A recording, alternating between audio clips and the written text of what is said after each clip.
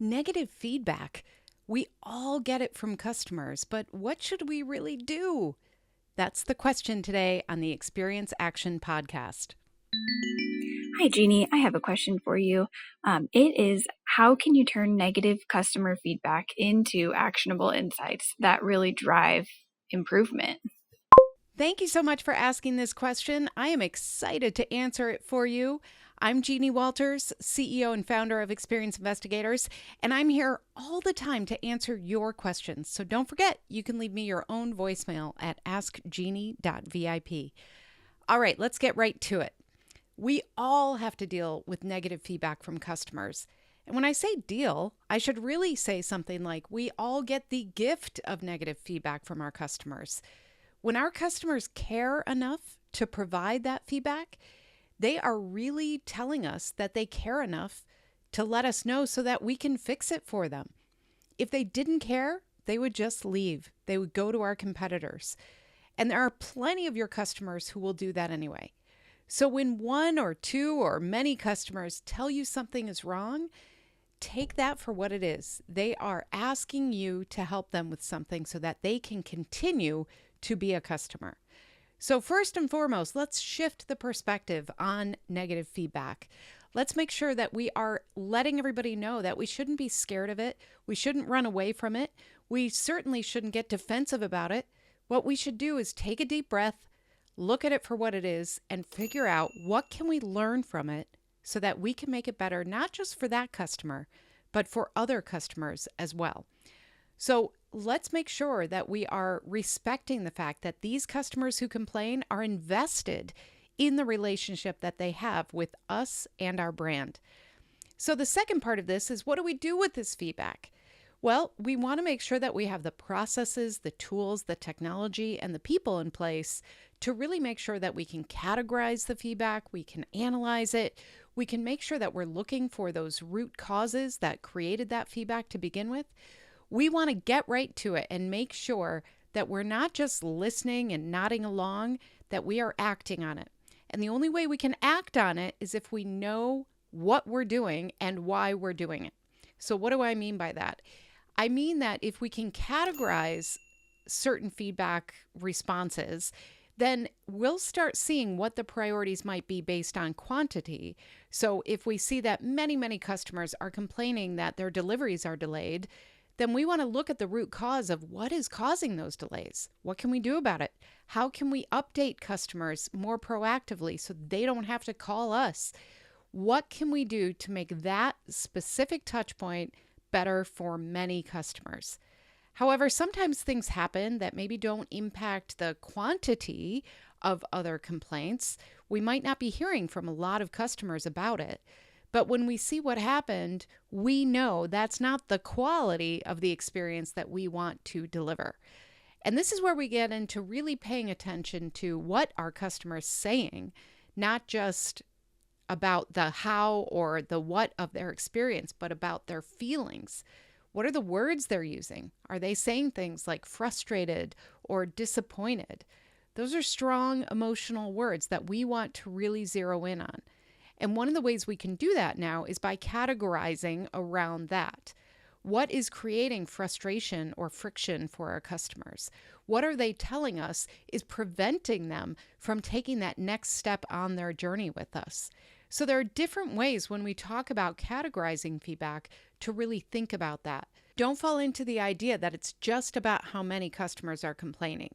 Look for those bigger concepts around emotions and around points of challenge, obstacle, or friction that is preventing someone from taking that next step through the customer journey with us. Because remember, we have to tie everything back to our organizational goals. Most organizations want customers to go through the journey and convert.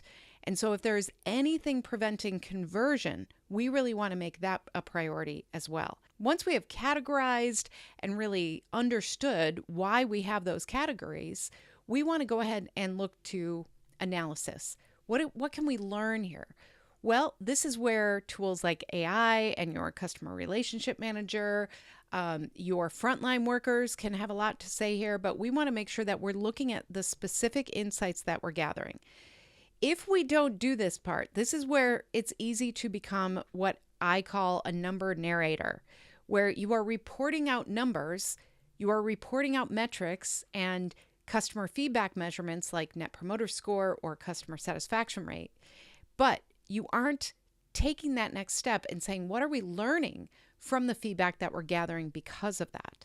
So this is where we really want to get into the insights that we've learned and make sure that we identify what are those root causes, what would happen if we fixed it, and how should we go ahead and fix it.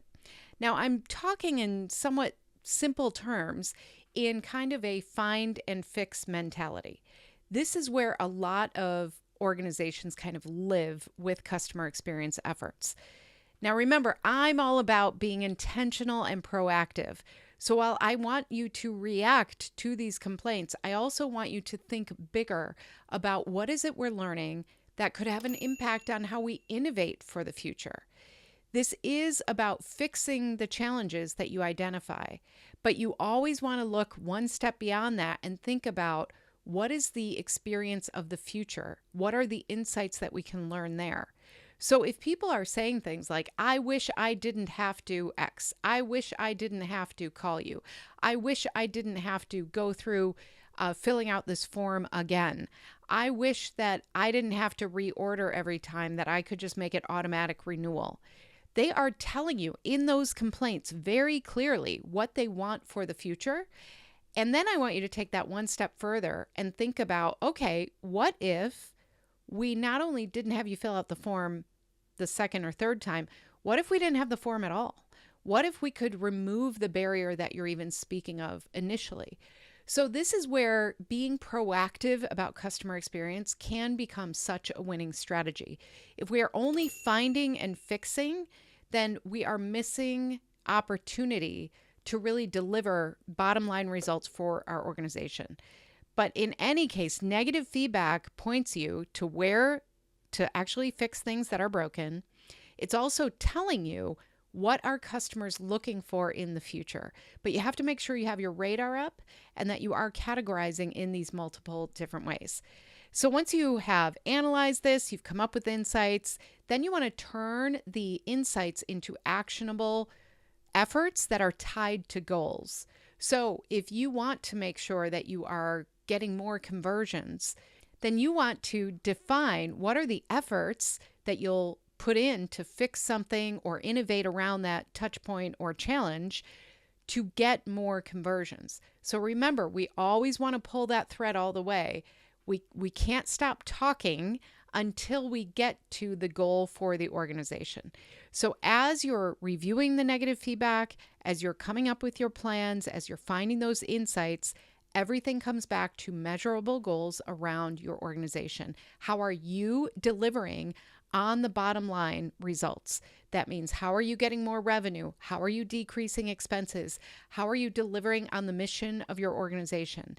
We want to get to there. Now, will every single find and fix result in something like that? Maybe not. But that's how you prioritize. What are the business results that you are aiming for that will help you get people through that journey so that they buy more, they stay longer, they refer others, all of those wonderful things that happen with a proactive, positive experience. So you can't do this alone. CX is a team sport. We like to say customer experience is everyone's business. And the only way you can really improve the experience for your customers is by getting others involved. Let's take the example I brought up before. You know that you're getting a lot of complaints around delays in delivery. So you want to go to where you will have an impact there. Ask your delivery people, ask your product people, what's happening here? Why are we having these delays? Oh, some of this is out of our control because of weather or strikes or whatever. So what can we do? Well, can we communicate? Can I get more visibility into this so that I can proactively tell customers when their delivery will be delayed? That's the type of conversation we have to have in order to actually make improvements. Otherwise, we're basically talking in metrics, and we're talking to leaders who don't really have skin in the game. If they don't see anything, if they don't see these complaints, if they don't really understand the impact that it's having on the customer experience, then how can we expect them to care enough to change it? That's where customer experience leaders can have the most influence and impact, by talking to others, making sure that the leaders understand what they can do, and putting all of that together, creating that cross-functional support and getting that leadership buy-in to get the right resources, investments, and putting the right efforts in place around the right priorities. And then, of course, when we have negative complaints, they come from a real person. So we need to close the loop. Whatever we're about to do, whatever we learn, we want to make sure we have a process to close the loop with that customer, to reach out and say, we heard you, this is what we're doing about it. Or we heard you, we've never heard this before. We want to learn more from you about your experience so that we can make sure this never happens again. Sometimes customers want just to be heard. So don't underestimate the power of saying, we heard you, we're really sorry that happened, and we want to make sure this doesn't happen again.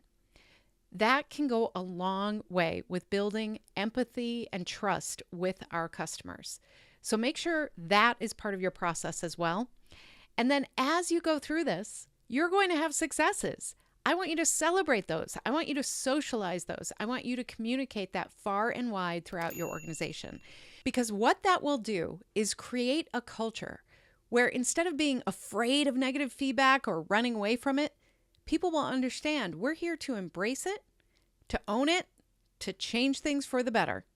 And if you get to that culture, everything else becomes a little easier for both you and your customers. So I cannot wait to hear how you will turn negative feedback into insights that drive actionable results. That's what this is all about, folks. We are designing and developing and implementing strategies and designs that will improve our business, the experience of our customers, and the experience of our employees. That's the win-win-win of customer experience strategy. Thank you so much for this question. I cannot wait to hear what's next, and I hope that you will join us as we explore another question on the Experience Action podcast. Thanks for all you do, customer experience leaders. I'll talk to you soon. To learn more about our strategic approach to experience, check out free resources at experienceinvestigators.com, where you can sign up for our newsletter, our Year of CX program, and more. And please follow me, Jeannie Walters, on LinkedIn.